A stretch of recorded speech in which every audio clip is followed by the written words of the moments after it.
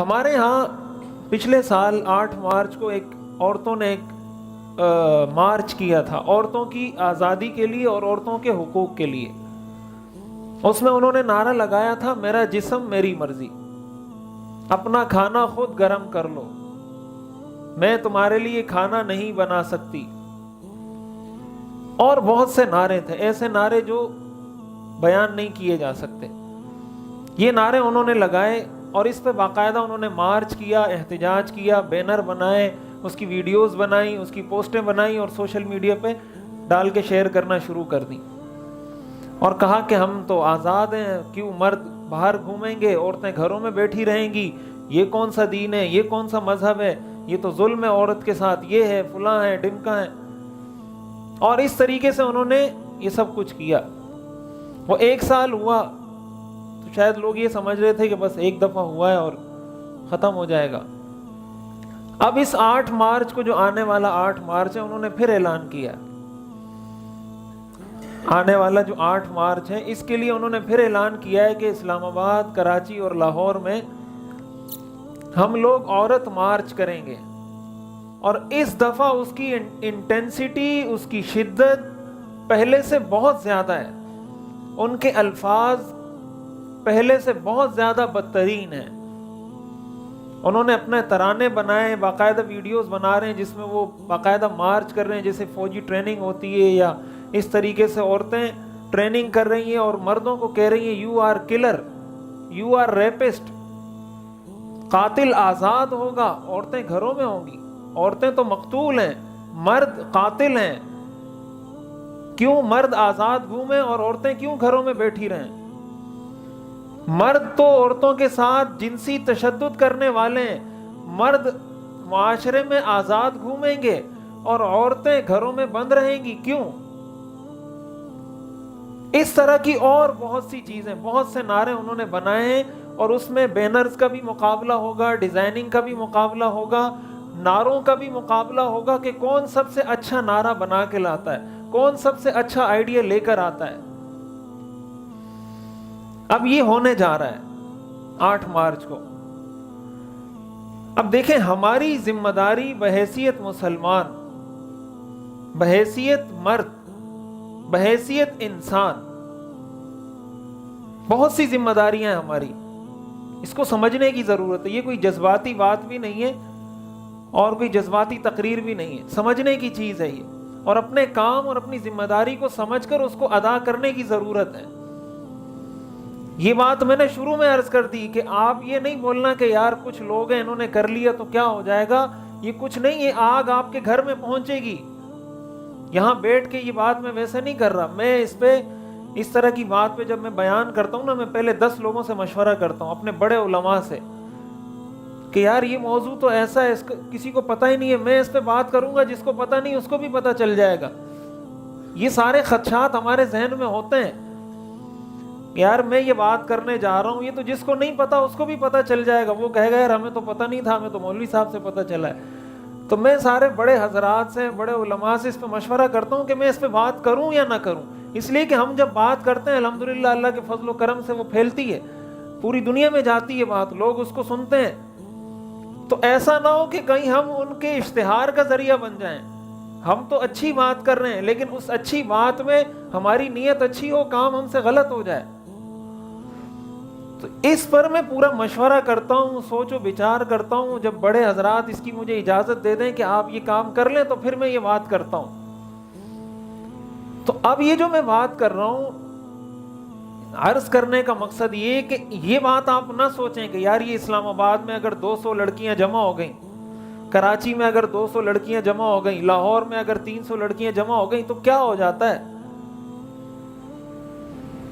یہ آغاز ایسا ہی ہوتا ہے. اور اس کے پیچھے آپ اگر اس کی ہسٹری پڑھیں, اس کے پیچھے بہت بڑی بڑی این جی اوز ہیں.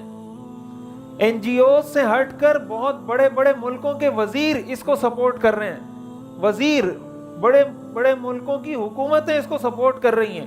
اور مقصد کیا ہے؟ مقصد 2 ہیں. پہلا مقصد پاکستان کو بدنام کرنا ہے, ملک کو بدنام کرنا ہے. جب یہ ویڈیوز بنیں گی, یہ ویڈیوز شیئر ہوں گی, یہ پوسٹر, یہ بینر, یہ ڈیزائن, یہ پوسٹیں جائیں گی, ساری دنیا کو یہ میسج جائے گا کہ پاکستان میں عورتیں محفوظ نہیں ہیں. ساری دنیا کو یہ میسج دیا جا رہا ہے کہ پاکستان ایک ایسا ملک ہے جہاں عورتوں کو کوئی حق نہیں ملتا. پاکستان ایک ایسا ملک ہے جہاں عورتوں پر ظلم ہوتا ہے. پاکستان ایک ایسا ملک ہے جہاں عورتوں کو قتل کیا جاتا ہے. پاکستان ایک ایسا ملک ہے جہاں عورتوں پر جنسی تشدد کیا جاتا ہے. یہ امیج، یہ چہرہ دنیا کے سامنے اپنے ملک کا شو کیا جا رہا ہے. آپ مجھے بتائیں جو لوگ یہ کام کر رہے ہیں وہ ملک کے ساتھ محبت کرنے والے ہیں یا ملک کے دشمن ہیں؟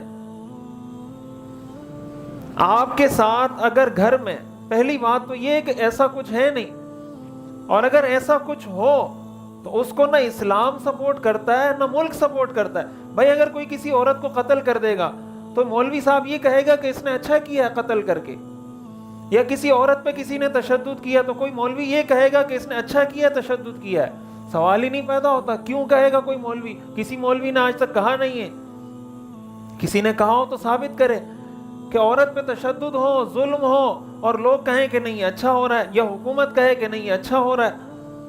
اگر بلا وجہ ناحق کسی کے ساتھ ایسا ہوا ہے، حق اور گناہ کی وجہ سے، تو مرد کو بھی قتل کیا جا سکتا ہے، عورت کو بھی قتل کیا جا سکتا ہے، اور مرد کو بھی سزا دی جا سکتی ہے، عورت کو بھی سزا دی جا سکتی ہے. اب ایسا تو نہیں ہے کہ اگر کوئی عورت گاڑی چلا رہی ہے اور وہ کوئی ٹریفک کے قوانین کی وائلیشن کرتی ہے اور ٹریفک پولیس والے اس کو پکڑ لیتے ہیں تو عورت کہے کہ یہاں تو عورتیں آزاد نہیں ہیں.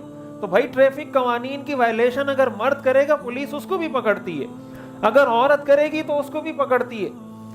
اس حد تک معاملہ آگے بڑھ گیا ہے کہ اب اگر ٹریفک پولیس والے کسی خاتون کو ٹریفک قوانین کی خلاف ورزی پر پکڑ لیں، وہ ویڈیو بنا کے پولیس والوں کو بدنام کرنا شروع کر دیتی ہیں کہ پاکستان میں تو عورتوں کو حق ہی حاصل نہیں ہے، ہمیں گاڑی چلانے کی اجازت نہیں ہے.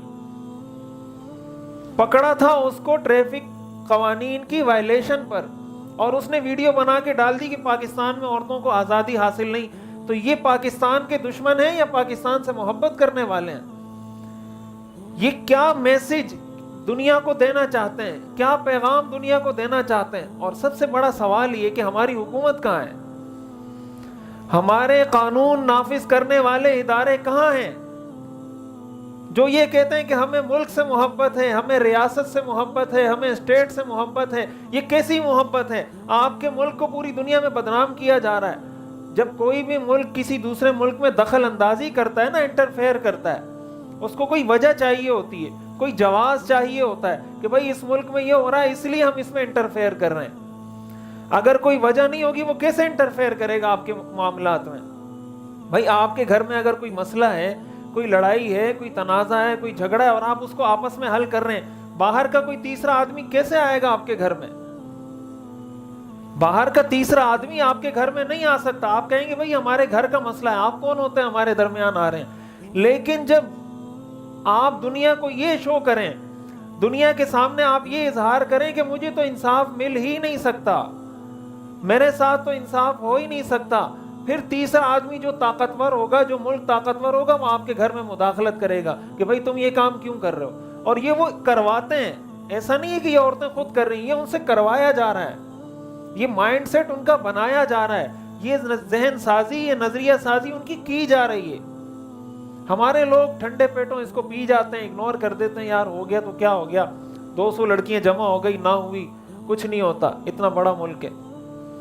حضرت عمر رضی اللہ تعالیٰ عنہ نے جنگ قادسیہ کے موقع پر حضرت سعد بن ابی وقاص رضی اللہ تعالیٰ عنہ کو خط لکھا تھا، اور اس خط میں حضرت عمر نے حضرت سعد کو فرمایا تھا کہ ہمارے گناہ، ہمارے اور ہماری فوج کے اور ہمارے طبقے کے گناہ ہمارے لیے ہمارے دشمن سے زیادہ خطرناک ہیں.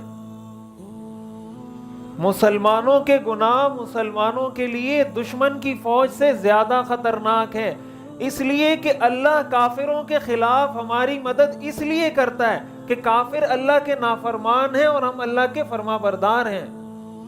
کافر اللہ کی نہیں مانتے، مسلمان اللہ کی مانتے ہیں. حضرت عمر نے فرمایا تھا کہ اللہ ہماری مدد کافروں کے خلاف اس لیے کرتا ہے، باقی ہمارے پاس دنیاوی وسائل بھی کم ہیں، تیاری بھی ہماری کم ہے، اگر ہم گناہوں میں بھی مبتلا ہو گئے اللہ انہی کی مدد کرے گا، وہ لوگ فتح حاصل کریں گے. اس لیے کہ اللہ کے نافرمان تو وہ بھی ہیں اللہ کے نافرمان ہم بھی ہیں، اسباب انہوں نے اختیار کی ہیں، اللہ کا قانون ہے جو سبب اختیار کرتا ہے اسی کو نتیجہ ملتا ہے۔ سب سے پہلی بات، ایسا کام کرنے والے ملک دشمن ہیں، اور یہ حکومت کی ذمہ داری ہے، یہ قانون نافذ کرنے والے اداروں کی ذمہ داری ہے کہ کل خدا نخواستہ 10 سال بعد اگر کوئی ملک پاکستان کے اندر مداخلت کرنا شروع کرے اس چیز کو بہانہ بنا کر کہ تمہارے ملک میں تو عورتوں کو آزادی حاصل نہیں، لہٰذا ہم تمہارے ملک میں مداخلت کریں گے، اور اس کے بعد پھر یہ ملک کمزور ہو، تو وہ 10 سال آنے سے پہلے ان کو اس کا سوچنا چاہیے اور اس کو روکنا چاہیے۔ دوسری بات، بحیثیت مرد، دیکھیں عورتیں اس بات کا دعویٰ کر رہی ہیں کہ ہم مظلوم ہیں، ہمارے ساتھ ظلم ہو رہا ہے، اور نتیجے میں وہ مردوں کو کہہ رہی ہیں کہ you are killer, you are rapist. بحیثیت مرد کوئی غیرت بھی تو کوئی چیز ہوتی ہے نا۔ آپ اگر پورے جینڈر کو، پوری جنس کو، بھائی مرد تو آپ کا والد بھی ہے، مرد تو آپ کا بھائی بھی ہے، مرد تو آپ کا شوہر بھی ہے، مرد تو آپ کا بیٹا بھی ہے، آپ کس کو کہہ رہے ہیں یو آر کلر؟ آپ کس کو کہہ رہے ہیں یو آر ریپسٹ؟ اپنے والد کو کہہ رہے ہیں۔ وہ تو یہ نہیں، فرق تو نہیں کر رہے نا، وہ تو کہہ رہے ہیں مرد جتنے وہ سارے قاتل ہیں، تمہارا والد بھی قاتل، تمہارا بیٹا بھی قاتل، تمہارا بھائی بھی قاتل، تمہارا شوہر بھی قاتل۔ یہ تمہاری پرورش کس نے کی ہے؟ تمہیں پڑھایا کس نے؟ تمہیں عقل، شعور، اتنی سمجھ، اتنا علم، یہ ڈگریاں کس نے دلوائی ہیں؟ تمہاری یہ اتنی رسپیکٹ، یہ احترام معاشرے میں کس کی وجہ سے ہے؟ اسی فادر یا برادر یا جو بھی آپ کا ہسبینڈ، جو بھی آپ کے مرد رشتہ دار ہیں، ان کی وجہ سے ہے۔ تو آپ نے تو ان کو کلر کہہ دیا۔ تو آپ جب کسی مرد کو کلر کہتے ہیں، آپ جب کسی مرد کو ریپسٹ کہتے ہیں، تو آپ اپنے والد کو کلر کہہ رہے ہوتے ہیں، آپ اپنے بھائی کو، اپنے بیٹے کو۔ عورتیں کہتی ہیں کہ عورت کو کہا جاتا ہے کہ آپ مرد کی تابعداری کریں، مرد کو کیوں نہیں کہا جاتا کہ عورت کی تابعداری کریں؟ آپ مجھے یہ بتائیں، ایک عورت جب کسی کی بیوی ہوتی ہے، ایک عورت کسی کی بیوی ہے، اور اس بیوی کو کہا جا رہا ہے کہ اس شوہر کی، اس مرد کی فرمانبرداری کرو۔ اس عورت کے 4 بیٹے ہیں، اس عورت کے 4 بیٹے ہیں، تو جب 4 بیٹے ہیں تو ایسی صورت میں ماں کو یہ کہا ہے اسلام نے کہ 4 بیٹوں کی فرمانبرداری کرو، یا اسلام نے یہ 4 بیٹوں کو کہا ہے کہ اپنی ایک ماں کی فرمانبرداری کرو؟ اسلام کا کیا درس ہے؟ ان 4 بیٹوں کو، ان 4 مردوں کو اسلام کا درس ہے کہ ماں کی بات مانو۔ تو یہ بات تو عورتوں کو نظر آتی ہے، ان لبرل عورتوں کو، کہ ایک مرد کا مجھے فرمانبردار کیوں بنا دیا؟ یہ بات اس کو نظر نہیں آتی کہ 4 بیٹوں کو میرا فرمانبردار اللہ نے بنایا ہے، 4 مردوں کو اللہ نے میرا فرمانبردار بنایا ہے کہ یہ مرد ہیں، یہ تمہاری بات مانیں گے، تم ان کی بات نہیں مانو گی۔ ایک رخ پیش کیا جاتا ہے، دوسرے رخ کو چھپا دیا جاتا ہے اسلام کو بدنام کرنے کے لیے۔ یہ پاکستان کو بھی بدنام کر رہے ہیں یہ لوگ، اسلام کو بھی بدنام کر رہے ہیں۔ اسلام اللہ کا بنایا ہوا نظام ہے۔ اللہ تعالیٰ فرماتے ہیں الا یعلم من خلق، کیا جس نے تمہیں پیدا کیا وہ جانتا نہیں ہے؟ الا یعلم من خلق، کیا تمہارا خالق نہیں جانتا؟ وہو اللطیف الخبیر، حالانکہ وہ بہت باریک بین ہے، بہت باریک بین ہے۔ انگریزوں نے عورتوں کو کیا حقوق دیے ہیں؟ دیکھیں، مرد اور عورت کی بہت سی فطری صفات میں فرق ہے، مرد اور عورت کی جسمانی ساخت میں فرق ہے۔ اگر عورت یہ کہے کہ نہیں میں مرد کے برابر ہوں، وہ نہیں ہو سکتی۔ کیسے ہوگی وہ؟ مرد اور عورت کی جسمانی ساخت الگ الگ ہے، ایک جیسی نہیں ہے۔ اگر وہ یہ کہے کہ میں ایک جیسی ہوں، یہ غلط کہہ رہی ہے، اس کی نفسیات الگ ہیں۔ ہارڈورڈ یونیورسٹی کے ایک سوشیو بایولوجسٹ ہیں، میں ان کا نام بھول رہا ہوں، میں ان کا ایک مضمون پڑھ رہا تھا، انہوں نے یہ بات لکھی ہے، یہ سائنس یہ بات اپروو کر رہی ہے کہ مردوں کی سکلز اور عورتوں کی سکلز میں فرق ہوتا ہے۔ انہوں نے لکھا ہے کہ مثال کے طور پر ہمدردی ہے، یہ عورتوں میں زیادہ ہوتی ہے، مردوں میں کم ہوتی ہے۔ عورتوں میں ہمدردی زیادہ ہوتی ہے، مردوں میں کم ہوتی ہے۔ اسی طرح جو وربل سکلز ہیں، بولنے کی سکلز ہیں، یہ عورتوں میں زیادہ ہوتی ہیں، مردوں میں کم ہوتی ہیں۔ اسی طرح انہوں نے لکھا ہے کہ مردوں میں انڈیپینڈنسی یا آزادی یا بڑا ہونا، یہ جو تصور ہے یہ مردوں میں زیادہ ہوتا ہے، عورتوں میں کم ہوتا ہے. جو میتھمیٹیکل سکلز ہیں یہ مردوں میں زیادہ ہوتے ہیں، عورتوں میں کم ہوتے ہیں. انہوں نے سائنسی لحاظ سے ان چیزوں کو ثابت کیا ہے. اب اگر کوئی یہ کہے کہ عورتوں میں ہمدردی زیادہ ہے مردوں میں کم ہے، یہ تو مردوں کو آپ جو ہے نا انڈر اسٹیمیٹ کر رہے ہیں.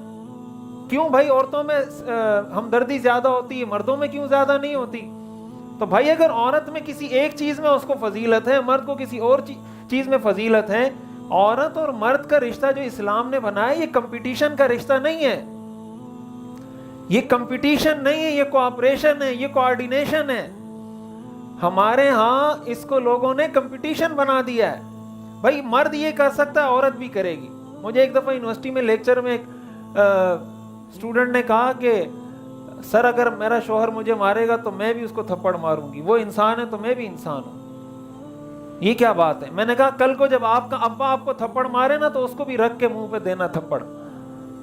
بولا نہیں سر وہ تو ہمارے فادر ہیں، وہ تو ہمارے اس کی رسپیکٹ کرنی ہے. تو میں نے کہا انسان تو وہ بھی ہے، انسان تو آپ بھی ہیں. آپ کا فادر کوئی اور مخلوق ہے، آپ کوئی اور مخلوق ہے. جب آپ اپنے فادر کی رسپیکٹ کرتے ہیں، کیوں؟ انسان تو وہ بھی ہے، انسان آپ بھی ہیں. لیکن اللہ نے کہا یہ تمہارا فادر ہے بھائی، یہ تمہارا ابا ہے، اس کی رسپیکٹ کرو. جب اللہ نے کہا فادر کی رسپیکٹ کرو آپ کرتے ہو، جب اللہ نے کہا شوہر کی رسپیکٹ کرو تو اس کی رسپیکٹ کیوں نہیں کرتے؟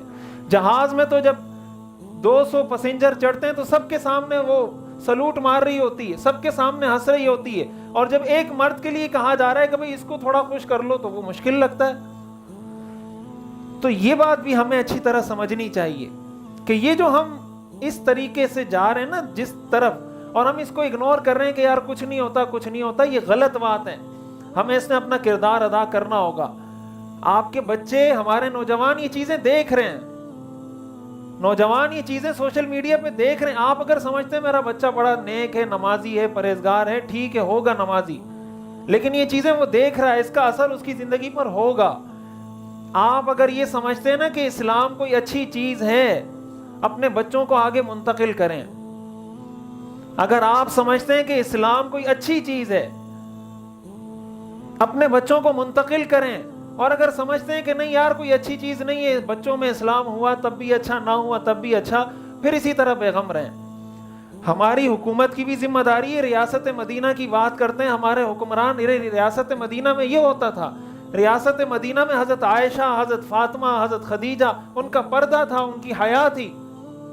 ریاست مدینہ میں عورتیں پردے میں ہوتی تھی، حیا میں ہوتی تھی، اپنے شوہر کی رسپیکٹ کرتی تھیں.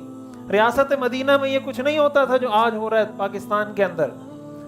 یہ حکومت کی بھی ذمہ داری ہے، یہ مردوں کی بحیثیت مرد بھی ذمہ داری ہے. غیرت کا بھی تقاضا ہے. بھائی عورت آپ کو گالی دے رہی ہے تو ہم میں اتنی غیرت نہیں ہے کہ ہم اس کو بتائیں بھائی یہ تم بھی تو دہشت گردی کر رہی ہو.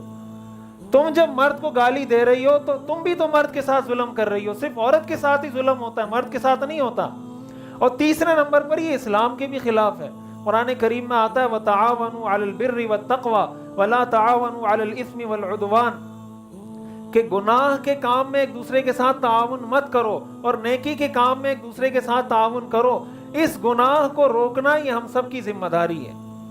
قرآن کریم میں آتا ہے جو لوگ یہ چاہتے ہیں کہ لوگوں میں بے حیائی پھیلے ان کو اللہ دنیا میں رسوا کرے گا. اگر ہم اس پہ خاموش بیٹھے رہیں اس کا مطلب ہم اس بات پہ راضی ہیں کہ ہمارے ملک میں بے حیائی پھیلتی ہے تو پھیلتی رہے، تو اللہ پھر ہمیں بھی رسوا کرے گا. یہ اللہ نے قرآن میں کہہ دیا ہے لَهُمْ خِزْيٌ فِي الْعَذَابِ الدُّنْيَا، فی الدنیا، ان کو اللہ تعالیٰ فرماتے ہیں میں ان کو دنیا میں رسوا کروں گا. ان الذین یحبون ان تشیع الفاحشہ فی الذین آمنوا لہم عذاب علیم فی الدنیا والآخرہ. ہم سب کی ذمہ داری ہے ہم اس کو سمجھیں، اس کو اتنا ہلکا نہ لیں کہ یار ہو گیا تو ہو گیا، نہ ہوا تو نہ ہوا. اللہ تعالیٰ ہمیں سمجھنے اور عمل کرنے کی توفیق عطا فرمائے. وآخر دعوانا الحمدللہ رب